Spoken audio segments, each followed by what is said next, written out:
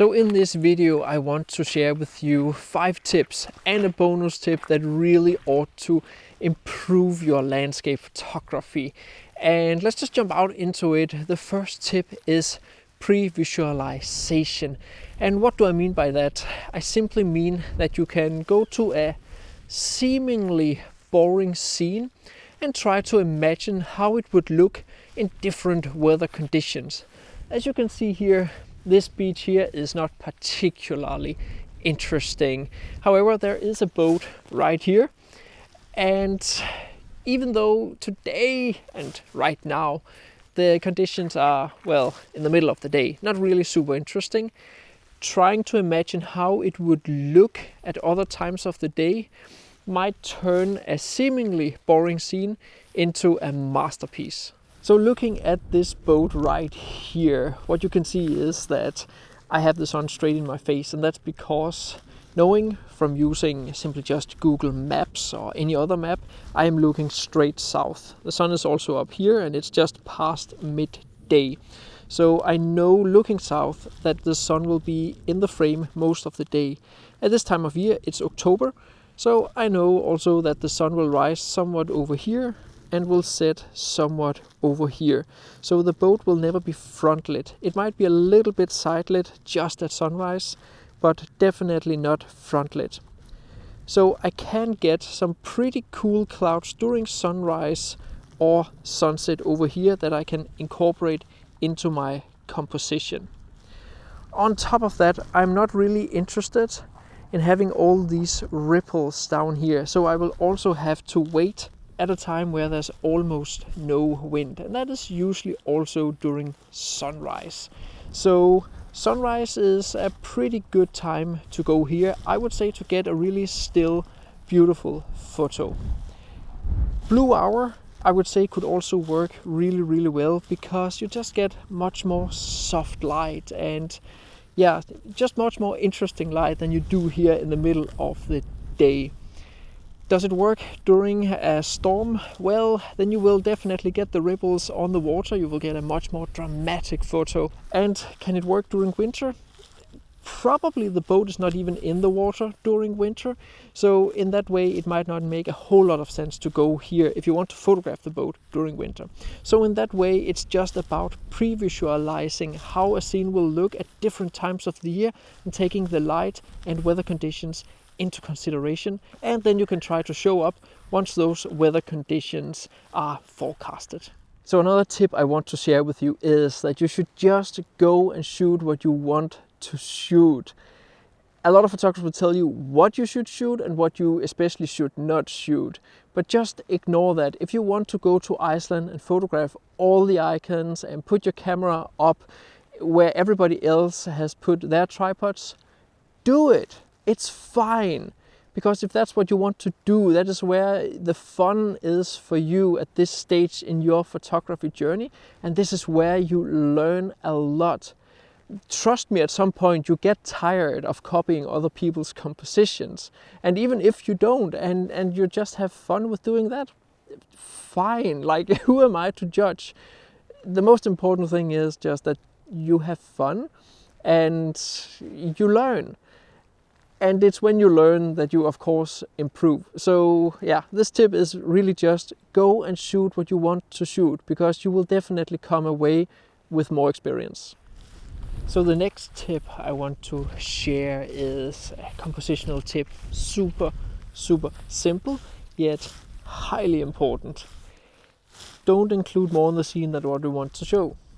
So we are still here at the boat, and as you can see, I have these small stumps here that the boat is probably tied to, and I'm not really super interested in showing those. I can include them, like use it for framing and stuff, but I would try not to. So in that way, I can just make a vertical. You can see between my fingers here, I go up here, and in that way I basically only show the water, the boat and the clouds.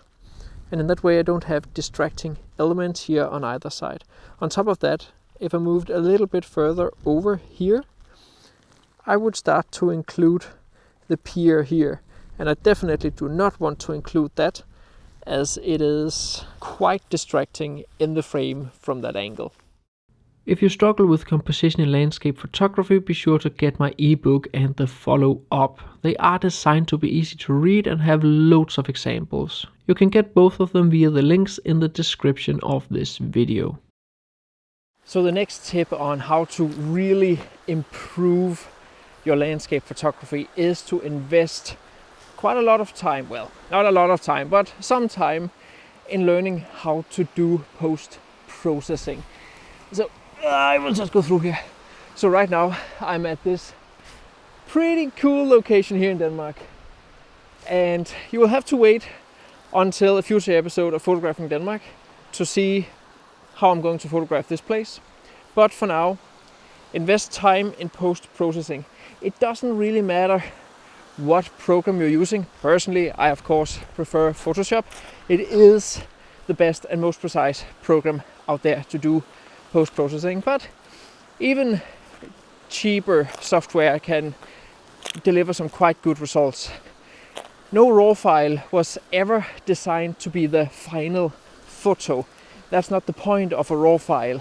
So basically you have to do some kind of post-processing, whether or not it's just to add a little bit of contrast. With post-processing you can make the final adjustments to a photo that looks pretty good straight out of the camera, and you can create spectacular photos out of something that in camera actually looked a little bit flat and boring.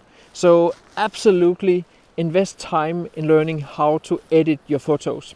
Some photographers will tell you that editing is cheating, but as I just said, no RAW file was ever designed to be the final photo.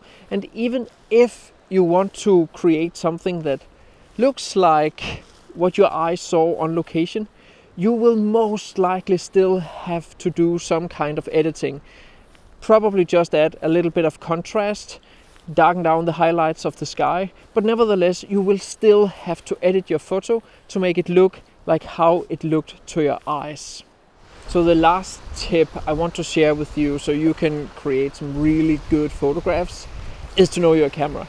You need to know how to put your camera fast into bulk mode, into auto exposure bracketing, how to make long exposures, where are the buttons, can you use the camera in the dark?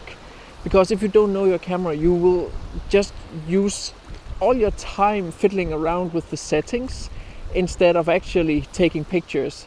And well, as you can see behind me here, there's a cloud that has passed behind or in front of the sun, not behind it, in front of the sun. And it happens so fast all the time, and it happens in the Faroe Islands, Iceland, wherever you go, the weather will change. And if you're not ready with the right settings, then you will lose the photo.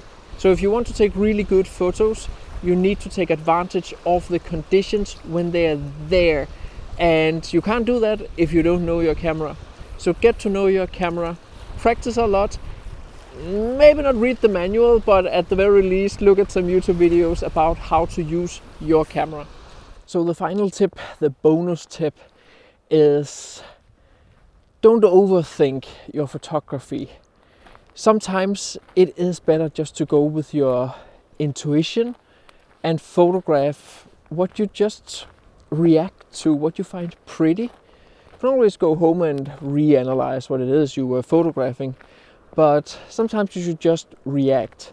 That can really give some fantastic photos that you didn't foresee. If you're watching this video on release day Sunday, or on Monday, or on Tuesday, you still have a chance to benefit from the 5-day deal, where you can get for almost $3,000 of photography training for only $89. And if you want even more, there's also an offer for that. I can highly recommend this year's bundle.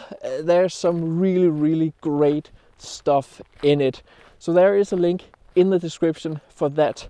If you're watching this video afterwards, there are just the regular links to all my other stuff down there. So this was a Sunday release. Hopefully I will get time to make more videos, so I can release more videos each week in the future. But this photographing Denmark series takes a lot of time and effort and editing, both video and photography, to make.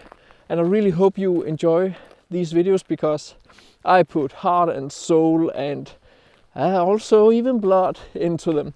So yeah, be sure to check out my latest Photographing Denmark, else they will be released each Tuesday from now and into the foreseeable future.